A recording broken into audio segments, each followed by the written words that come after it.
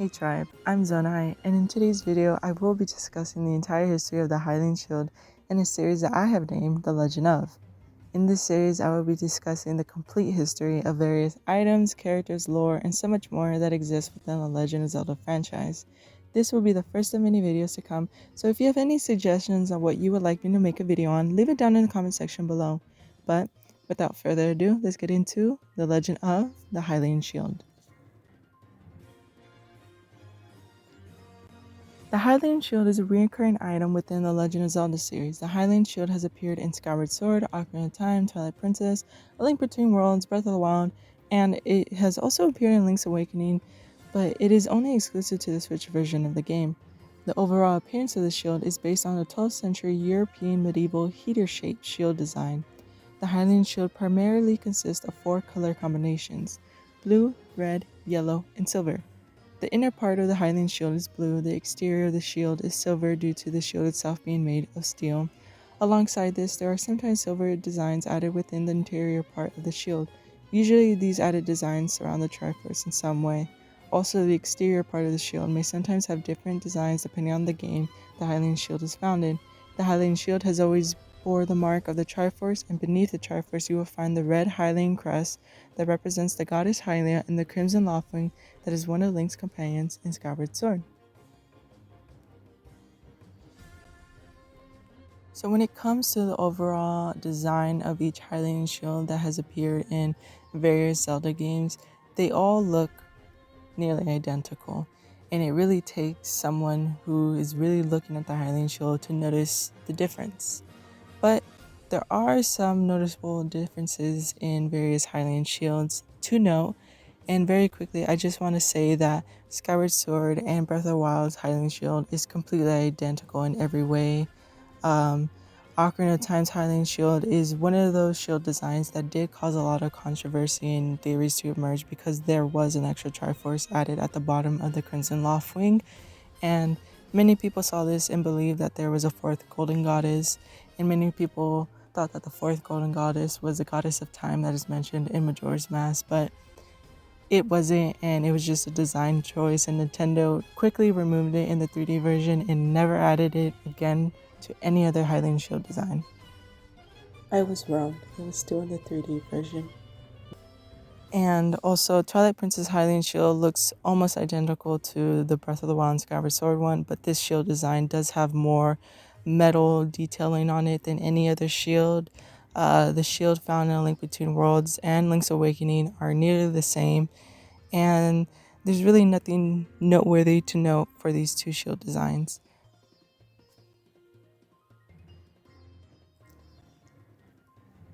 After looking at the design of the Hylian Shield, the next step is to know what it does within the games. Just like any other shield, the Hylian Shield is used to intercept specific attacks, whether these attacks are from close range weaponry or projectiles such as arrows or magic. In Skyward Sword, Ocarina of Time, Twilight Princess, A Link Between Worlds, the Hylian Shield is indestructible and is resistant to fire, magic, electricity, and even light legs. However, since the release of Breath of the Wild, the Hylian Shield has gained some new advantages and disadvantages. Some of the advantages to the Hylian Shield is that it is now capable of parrying or counterattacking enemy attacks. We are also now able to use the Hylian Shield as a skateboard and skate down hills and do cool moves as we skate down. However, the disadvantages to the Hylian Shield since the release of Breath of the Wild have made it so that the Hylian Shield is now breakable, and it is no longer resistant to electricity. In fact, when there is a thunderstorm brewing in Breath of the Wild, it is best to put away the Hylian Shield so as to not get struck by lightning. When it comes to the origins of the Hylian Shield, there honestly really isn't one, but let me explain. The first time that we see the Hylian Shield, that is going off the Zelda timeline that was provided to us by Nintendo, is in Skyward Sword, and in order to obtain the shield in this game, Link must first prevent the Thunder Dragon from falling victim to his illness.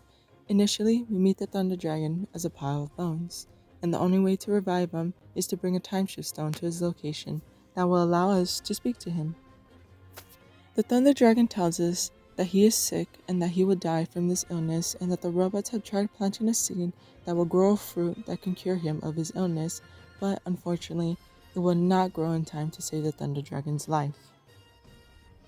So Link must go back to the past to plant the seed, and once he does, it will grow in the present time and it will grow the life fruit. Link will then have to bring it to the Thunder Dragon, and once the Thunder Dragon takes it, he will be cured of his illness. After you cure the Thunder Dragon, you will not return until it is time for you to get the Thunder Dragon's part of the Song of the Hero. Once you get his part, you will now be able to participate in his Lightning Round trials, and if you complete all of his trials, you will finally get the Hylian Shield. Now, the in-game description does not give us much to learn about what, who, where, and when the Hylian Shield was made. All it tells us is that it is a legendary shield that was given to us by the Thunder Dragon and that it is completely indestructible. But after taking a look at the Legend of Zelda Encyclopedia, on page 83 it says that the Hylian Shield is said to be filled with the hero's power and has existed since the era of the goddess Hylia. And since Skyward Sword, the Hylian Shield has been carried by the heroes onward. So it seems like the Thunder Dragon shaved a Hylian Shield from the era. After the events of Skyward Sword, the next time that the Hylian Shield is seen is in Ocarina of Time. In Ocarina of Time, the Hylian Shield is said to be used by all of the Knights of Hyrule. The Hylian Shield in this game can be found three ways. The first way to find the Hylian Shield is to attain it by going to the graveyard in Kakariko Village and finding it in a chest as Child Link. Then, also as Child Link, you can find it by going to Castletown and purchasing it in the bazaar. However, Child Link cannot use the Hylian Shield as it is too big for him. At most, all he can do is curl up underneath the shield to hide. The next way to get the shield is to go to Kakariko Village, enter the village store, and purchase it as Adult Link. Also, if you give the guard posted at the entrance of Death Mountain Zelda's letter, you can get a discount at the store in Kakariko. The Hylian Shields during the events of Ocarina of Time have been mass-produced and, as already mentioned, are then given to the Knights of Hyrule alongside the legends of the past. However, over time, the production of the Hylian Shield slows down and the shields began to fade away alongside the legends that it carries, and this is made evident in Twilight Princess. If you have played through the events of Twilight Princess or at the very least made it to Castletown, then you will see how lacking the Hylian Knights are. They are wimps both physically and mentally who will run away at any sign of danger. They lack skill and courage in this game, and that is not entirely their fault because before the events of Twilight Princess took place, Hyrule was in an era of peace and prosperity. So, nobody was preparing for war, but as we all know, Zay and his Shadow Beasts invaded Hyrule and enemies began to spawn everywhere, leading many citizens from different races and provinces to lose their lives. Kakariko Village was nearly wiped out, leaving only 3 original townspeople to remain before the arrival of the Ordon children. And it is here in Kakariko where Link obtains the Hylian Shield after clearing the Twilight in the Elden Province. Milo sells the Hylian Shield to Link in his market, and the description of the shield says that it is made from metal and will never burn. Once again, the in-game description tells us little of the shield's origins, but thanks to the encyclopedia, we learned that there is actually 2 Hylian Shields that exist in this game. But when I try to find where you could obtain a second Hylian Shield, that is, if something were to happen to the first, I could not find anything, so if you know where to find the second Hylian Shield, let me know down in the comment section below. Anyways, after learning of the second Hylian Shield, we also learned that both of these shields look like they come from a long time ago, further solidifying the fact that since the events of Ocarina of Time took place, the production of these shields have also completely stopped and they are no longer being made in Twilight Princess.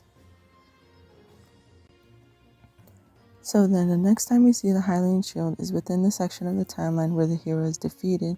It is seen in A Link Between Worlds. Now, the Hylian Shield in this game is found in Turtle Rock in one of the big chests. Turtle Rock is located in Lorule, where the encyclopedia states that Lorule has their own version of the Hylian Shields. Now, I'm not sure if this is saying that the Hylian Shield obtained in Turtle Rock is the Lorulean version of the Hylian Shield, or if it means that they have attained one of the Hylian Shields. But the Hylian Shield in this game is one of the stronger versions of the shields because it is completely indestructible, no magic can penetrate it, it can reflect enemy attacks, and because it is made from the most advanced shield making techniques, not even enemies likes can eat it. Unlike, however, the Hylian Shield that is found in Breath of the Wild. Now, the Hylian Shield in this game is not indestructible, it can break after long-term use of the shield, and it is not resistant to electricity. and if you are not careful, you can lose the shield and have to buy another one from Grant in Terrytown. And Grant's version of the Hylian Shield is a complete downgrade from the one that he obtained in Hyrule Castle in the lockup after defeating the Stalnox. But I will say that I do enjoy the realism of the mechanics of this version of the shield. I also like that the combat with the shields in this game is realistic as well. I know that we can parry and counterattack enemy attacks in other Zelda games with our shields, but I enjoy how it is done in Breath of the Wild. Also, for the first time ever, Link can skate down hills using his shield as a skateboard, so that's really cool too. But moving on, I really like that after years of the Hylian Shield losing significance within the royal family and its knights, I like that Breath of the Wild brought it back to the forefront by stating in-game that the royal family held onto the shield and its legend for the one who can defeat the Stalnox in the lockup. And another thing to mention, this is the only version of the Hylian Shield that is identical to another game's version of the Hylian Shield. As I mentioned at the end there, both Skyward Sword and Breath of the Wild share an identical Hylian Shield design. Now, I understand this could just be due to the Zelda team's convenience, seeing as Breath of the Wild has a lot of references to Skyward Sword than any other Zelda game, and again, I understand that could just be due to convenience.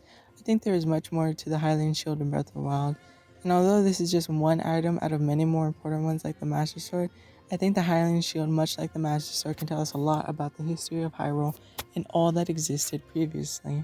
Especially when you consider what the Legend of Zelda Encyclopedia said about the Hylian Shield found in Skyward Sword, and how it says it houses the spirit of the hero, or the power of the hero actually. And I'm just kind of curious to know why that is. Was this a shield that was designed and made for the ancient hero? Who knows? And as many of you may be speculating, I too think that we are going to learn a whole lot more about what happened after the events of Skyward Sword and how Hyrule and the royal family came to be. I also think that we will learn much more of the era of Hylia come the release of Tears of the Kingdom, and maybe we will learn about how the creation of the Hylian Shield came to be and why it is said to house the power of the hero.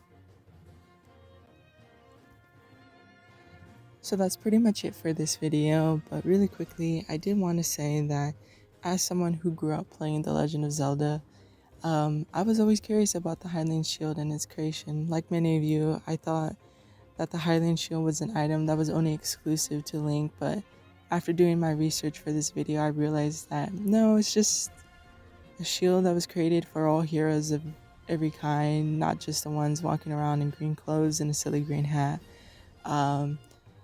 So there's that, but also I also wanted to mention that this is my first official video on this channel besides the video that I uploaded previously of me playing Age of Calamity, and I do plan on making more videos like this. It's just that with school I've been really busy and life in general, but the point of this channel is not to, I guess you can say, make a profit off of it. I just wanted to create a channel where I can talk about The Legend of Zelda with like-minded people.